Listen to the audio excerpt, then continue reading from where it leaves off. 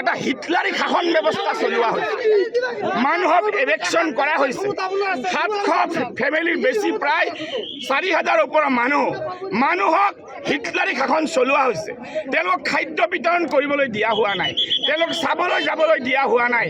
এনেকুৱা বাংকাৰ লগোৱা হৈছে যে দুষ্কৃতিকাৰীহে ভিতৰত আছে। এইটো এটা আৰু ইলেকশ্যন কৰিলে কিন্তু মানুহখিনি ক'ত থাকিব? এই গৰীব জনসাধাৰণ ভাৰত স্বাধীনৰ আগৰ পৰা থকা মানুহ ইয়াত অন্তৰ্ভুক্ত আছে। এইটো এটা অমানৱীয় পৰিচয়, হিটলাৰী শাসনৰ নমুনা। ইয়াৰ বিৰুদ্ধে ভাৰতীয় জাতীয় কংগ্ৰেছ লেজিসলেচাৰ পাৰ্টিয়ে অনাগত সময়ত সদায় মাত মাতি যাব। আৰু এইটো যিটো আপোনালোকৰ সন্মুখত দেখা গৈছে ইলেকশ্যন হৈছে, এই মানুহবিলাক বছৰ ধৰি আছে। এই মানুহবিলাক কেনেকৈ জীয়াই থাকিব? গৰীব জনসাধাৰণৰ তেওঁলোকক ক'ৰবাত সংস্থাপন কৰিব লাগিছিল। গোৱালপাৰা জিলাত এনেকুৱা নহয় যে মাটি নাই। কোনোবা যিসকল আৰু তেওঁলোকৰ পৰিচয় পত্ৰ, আধাৰ কাৰ্ড চব চেক কৰক। চেক কৰি প্ৰকৃত ভাৰতীয়, প্ৰকৃত অসমৰ নাগৰিকক তেওঁলোকে ন্যায় প্ৰদান কৰিব লাগিছিল। ইয়াত এটা সাংঘাতিক হিটলাৰী শাসনৰ এটা নমুনা দেখা গৈছে আৰু ইয়াৰ বিৰুদ্ধে আমি মাত মাতি যাম। মুখ্যমন্ত্ৰী ডাঙৰীয়াই ন্যায় মানুহক দিবই লাগিব।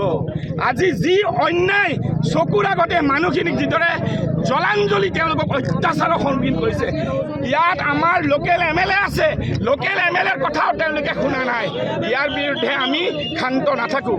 আৰু এইটো এটা হিটলাৰৰ যি শাসন আছিল ছেম সেই শাসনৰ নমুনা ইয়াত দেখুওৱা হৈছে।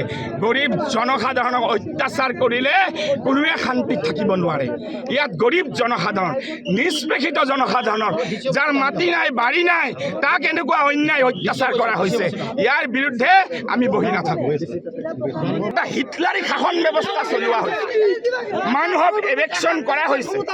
700 ফেমিলিৰ বেছি প্ৰায় 4000 ওপৰৰ মানুহক হিটলাৰী শাসন চলোৱা হৈছে।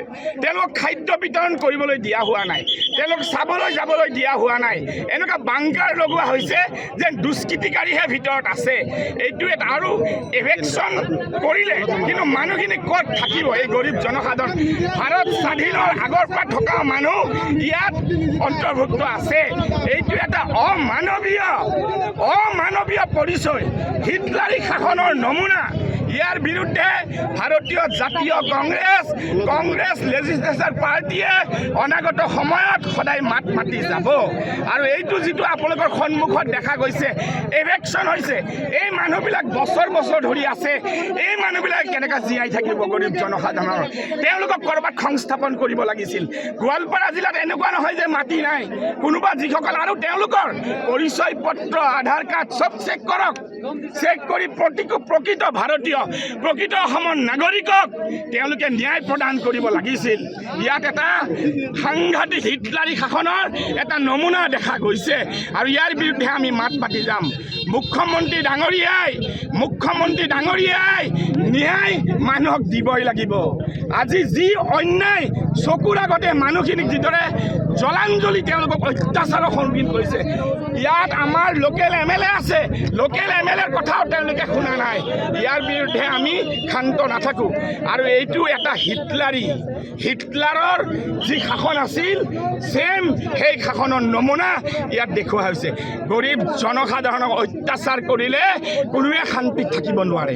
ইয়াত গৰীব জনসাধাৰণ, নিষ্পেষিত জনসাধাৰণৰ যাৰ মাটি নাই, বাৰী নাই, তাক এনেকুৱা অন্যায় অত্যাচাৰ কৰা হৈছে। ইয়াৰ বিৰুদ্ধে আমি বহি নাথাকোঁ।